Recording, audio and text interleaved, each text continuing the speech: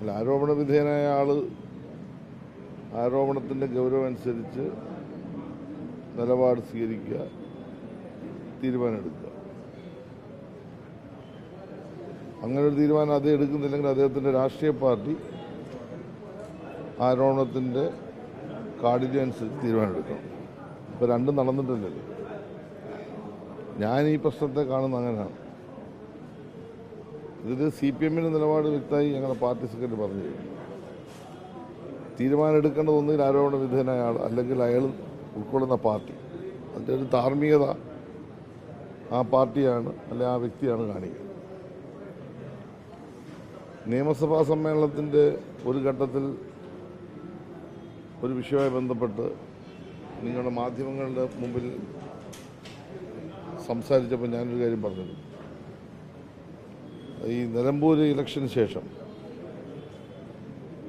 പാലക്കാട് ഇലക്ഷന് ശേഷം കോൺഗ്രസിലെ ഒരു വിഭാഗം അഹങ്കാരത്തിൻ്റെ അപ്പോസ്തലന്മാരായിട്ടിരിക്കുകയാണ്. ഈ പദം ഞാനൊന്ന് ഉപയോഗിച്ചു. ഈ രാശി എന്നും എല്ലാ കാലവും ഉണ്ടാകും ധരിക്കുന്നു. നമ്മൾ പൊതുപ്രവർത്തനം നടത്തുമ്പോൾ, രാഷ്ട്രീയ പ്രവർത്തനം നടത്തുമ്പോൾ നമ്മൾ കാണുന്ന ജനങ്ങളെയാണ്. ജനങ്ങളെ വെല്ലുവിളിക്കുന്ന തരത്തിൽ അഹങ്കാരം അതിൻ്റെ പാരമ്യത്തിലെത്തി നിൽക്കുന്ന ഒരു നേതൃനിരയാണ് കോൺഗ്രസ്. അതിലൊരാൾ KPCC അധ്യക്ഷൻ മാറിയെങ്കിലും പ്രശ്നം തീരുന്നില്ല. ബാക്കിയെല്ലാവരും ഇപ്പോഴും നിൽക്കുക. കോൺഗ്രസിനകത്ത് പ്രമുഖരായ വലിയൊരു നിര നേതാക്കന്മാരെ സൈഡ് ലൈൻ ചെയ്തിട്ടുണ്ട് ഈ പുതിയ നേതൃനിര. അപ്പോൾ ഇവരെ കഴിവിൻ്റെ മകുട ഉദാഹരണങ്ങളാണ്. ഇവർക്ക് കീഴിലാണ് എല്ലാം. ഇവർ അധികാരത്തിലേക്ക് വരാൻ പോകുന്നു. ധിക്കാരത്തിൻ്റെയും ധാർഷ്ട്യത്തിൻ്റെയും അഹങ്കാരത്തിൻ്റെയും ഒരു മൂർധന്യാവസ്ഥയിലേക്ക് അവരെത്തി. അപ്പോൾ പ്രകൃതിക്കൊരു നിയമമുണ്ട്.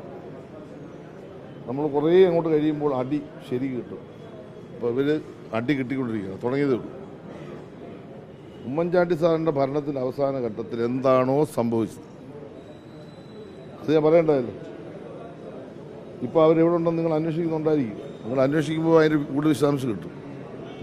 ആ ദുരവസ്ഥയിൽ അതിനേക്കാൾ ദുരന്തത്തിലേക്ക് കോൺഗ്രസ് പോകും, UDF പോകും. അപ്പം മൂന്നാമത്തെ ഒരു ഭരണത്തിലേക്ക് ഇടതുപക്ഷം വരാൻ സാധ്യതയുണ്ട് എന്ന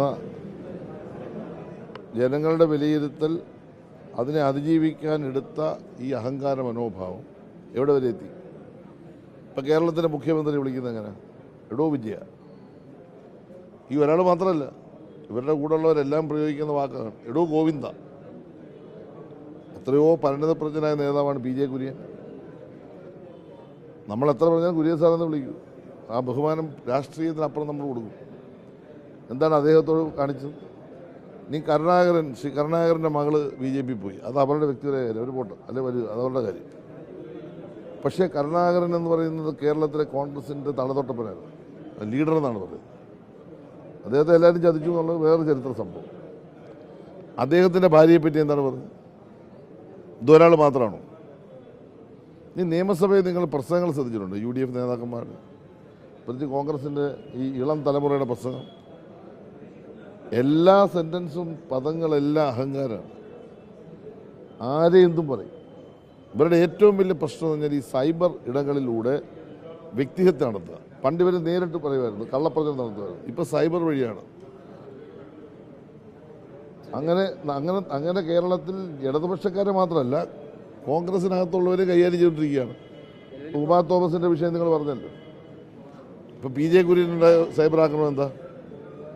ഇപ്പോൾ K സുധാകരനെ പറ്റി എന്താണ് ഇവർ സൈബർ ഇടങ്ങളിൽ പ്രചരിപ്പിച്ചുകൊണ്ടിരിക്കുന്നത്? എത്ര മോശമായിട്ട് പ്രചരിപ്പിച്ചുകൊണ്ടിരിക്കുന്നത്?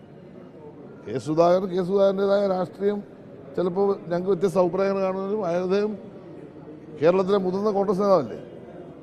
അപ്പോൾ എന്താ പ്രശ്നം? കേരളത്തിലെ മുതിർന്ന കോൺഗ്രസ് നേതാക്കന്മാരെ എല്ലാം സൈഡ് ലൈൻ ചെയ്ത് പ്രതിപക്ഷത്തുള്ളവരെ എല്ലാം ആക്രമിച്ച് എല്ലാവരെയും സൈബർ ഇടങ്ങളിലൂടെ വ്യക്തിഹത്യ നടത്തി കേരളത്തിൻ്റെ മുഖ്യമന്ത്രി സ്ഥാനത്തേക്ക് മന്ത്രിസ്ഥാനത്തേക്ക് ഒരു ലിസ്റ്റ് അവർ തയ്യാറാക്കി വെച്ചു. അതങ്ങ് പൊളിഞ്ഞു പോയി. ചീറ്റ് കൊട്ടാരം പോലെ അങ്ങ് പൊളിഞ്ഞു എന്ന് മാത്രമല്ല, ദുരന്ത ഭൂമിയായി കോൺഗ്രസ് മാറാൻ പോകുന്നു. അടി തുടങ്ങിയതേ ഉള്ളൂ.